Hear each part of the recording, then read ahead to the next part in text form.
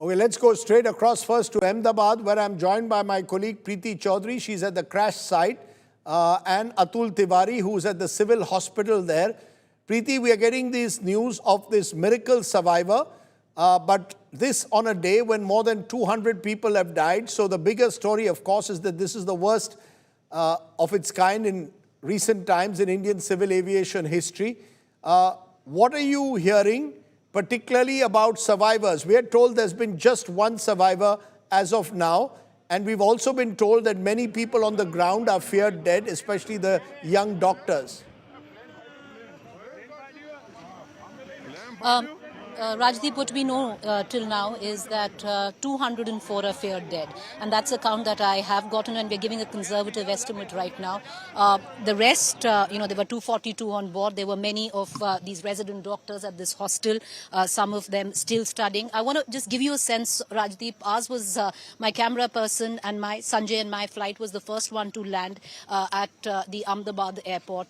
There was a desk there, a help desk, which was set up. There's a sense of disbelief at the Ahmedabad airport right now, and flight operations were stalled, and like I said, ours was the first flight to land. Help desk set up. There was completely a pall of gloom, and I think most people are still stunned. They can't quite believe it. It's taken us a bit of a walk to come here, because this, Rajdeep, and I will through the course of this evening try and show you and our viewers if catastrophe had a picture, it would be this. As I have walked in over the last 1 kilometer, all I have seen, and I will show you, in time, there are fires which are still being put out, and this is the tail end of the aircraft, of what you can see on the crash landing of AI 171 London bound. I want to immediately try and get, our viewers a sense in terms of what really happened. I have a nurse, because this was a hostel for medical students. I have a staff nurse who works at the Ashram quarters. She lives at the Ashram quarters, which is right next to this particular hostel. And ma'am, सबसे पहले अपना नाम बताएं. मेरा नाम है आरती साधु. मैं यहाँ सिविल हॉस्पिटल में काम करती हूँ. आई डिपार्टमेंट में हूँ. मैं नाइट करके आई और सब रेस्ट कर रही थी दोपहर. कहाँ पे है आपका घर? हमारा यहाँ पीछे के साइड है. आश्रय मिथिला क्वार्टर्स है हमारा. बिल्कुल सामने है. जो आश्रय मिथिला क्वार्टर्स है ना, यहाँ ये पीछे का रास्ता है, वो पहले आता है. हाँ, तो हम सो रहे थे, तो एक धड़ाका हुआ, तो हमने देखा, तो बाहर निकले तो सब धुआं और आग फैली हुई थी चारों तरफ. सब आग, कुछ दिखता ही नहीं था, बस धुआं ही धुआं दिखता था. आपके सामने? हाँ, बिल्कुल सामने. हमें देखने आए थे, फिर बाद में एम्बुलेंस, फायर ब्रिगेड सब आई थी और सब काम चल. यहाँ तो आना ही मुमकिन नहीं था, इतनी तेज धुआं और आग थी. हाँ, देखा. फिर हम तो डर गए थे, क्योंकि हमने तो पहली बार देखा कि इतना जोर से जो धड़ाका हुआ ना, तो हमको पहले तो ऐसा लगा कि बॉम्ब ब्लास्ट हुआ, ऐसा लगा. लेकिन बाहर निकले तो पता चला कि प्लेन क्रैश हुआ है. बाद में हम देखने आए तो हमने दिखा कि ये प्लेन का वो सब तो हमने दोपहर को नहीं दिखा था, क्योंकि दोपहर को तो यहाँ आना ही मना था. यहाँ तो सब आग ही आग थी. दोपहर को तो यहाँ आना मना ही था. अभी आए तो सब दिखेगा, बाकी तो नहीं. दोपहर तो सब आग थी. रेस्क्यू ऑपरेशन यहाँ पर हो रहा था, वो देखा था? हाँ, देखा. सब 108 वाले, फायर ब्रिगेड्स वाले, पुलिस वाले, सब मिलिट्री वाले सब आए थे. या वो खुद काम करते हैं ना, वो सब जो पैसेंजर्स यहाँ पर थे, वो तो हम सब ने, कुछ दिखता ही नहीं था. वो धुआं ही था. आग और धुआं, सिर्फ आग और धुआं था. कुछ दिखता नहीं था. कुछ नहीं दिखता था.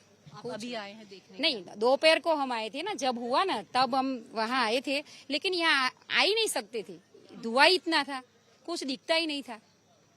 Rajdeep, I just want to tell you, so certain eyewitness accounts there that are coming, and I also want to tell you that investigative agencies are already there. What is crucial right now, of course, there is the emotional side of all of it, and that's all too overbearing, especially at the civil hospital where bodies have been taken. But there's also a tactical side to it, and what exactly happened. And this is the tail end of the aircraft, and this is where right now, we were speaking to some of the investigative, agencies that are here. This is where the black box is, because it's at the tail end assembly of the aircraft and one at the front end. And that possibly, Rajdeep, will hold, the answer to what really went down, that two engines of this Dreamliner simultaneously completely went out, and the plane lost power and thrust as it was trying to take off. I want to, give you a sense also. I'll ask Sanjay to show you. I have to say, Rajdeep, if there is a standard operating procedure after a tragedy, I have to say, I know we are 7 hours in, but even now, it took us absolutely no time to reach the crash site because there is a green corridor right from the airport that has been made. I was walking out of the airport. I didn't have the time, but I did speak at the help desk. No one from, the families have actually come in yet because everyone is rushed either to the civil hospital or they have, come right here. And I'll give you a sense, about over 1,000 rescue personnel on ground. They are from the CISF, the Rapid Action Force, the RPF, the Coast Guard, and a lot of people from around. Kahan se hain sahaba? All right. So I just want to show you ambulances still there, fire engines still there. कब से हैं sir आप यहाँ पर? 1:30 बजे से। 1 बजे से। क्या देखा सर? अपना नाम बताएंगे? MJ Solanki fire officer. हाँ जी। देखा तो नहीं, मैं बाहर वार्डो में था विजिट में, वहाँ से कॉल आया कि प्लेन क्रैश हुआ है, तो हम इधर आ तब से यहाँ पर हैं। So that's the बॉडी निकाल दी, हाँ जी, बॉडी बहुत निकाली, body बहुत निकला। बहुत।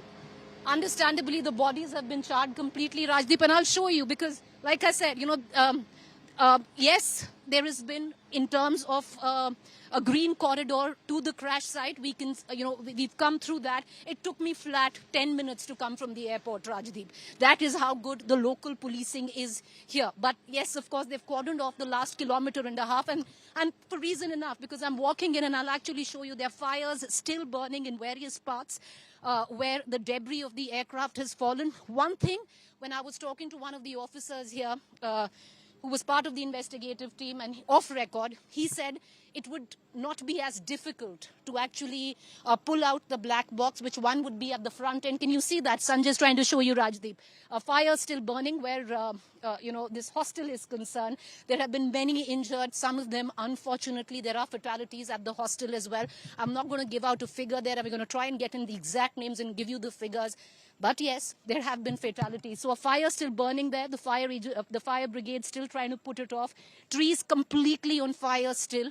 Smoke still bellowing. This is, a disaster zone. It's catastrophic. Whatever way you might want to call it. Sir, will you speak with us? No? All right. Lots of government officials as well. I'll get back to you, Preeti. The SDRF team, you can see right here, Rajdeep. This tree has been completely uprooted. But I'll tell you what, I'll throw it back to the studio, Rajdeep. And, that's it. There's a plane going overhead. And what's the irony of all of this? But I just want to quickly tell you what we heard from the investigative, the person that I spoke to. And he said because the impact was somewhat curtailed. Usually when a plane a Dreamliner-like plane crashes, the debris is spread out, so it can take days to actually find the black box. Here, at least the tail end assembly is intact, and they're hoping to get to that black box first. And then, of course, the one in the front is a bigger challenge because that's the debris that's spread out. Look at this, Rajdeep. This is what it looks like. It's over a course of about 600 meters. This building right there, completely charred. There's smoke still bellowing from one of the floors. I'll ask Sanjay to actually, zero in there. And this is what it looks like for about 300 meters, Rajdeep. The smell of fuel, and that is nauseating. About 90 to 100 tons of air turbine fuel, Rajdeep. It was a fully loaded aircraft as it was taking over.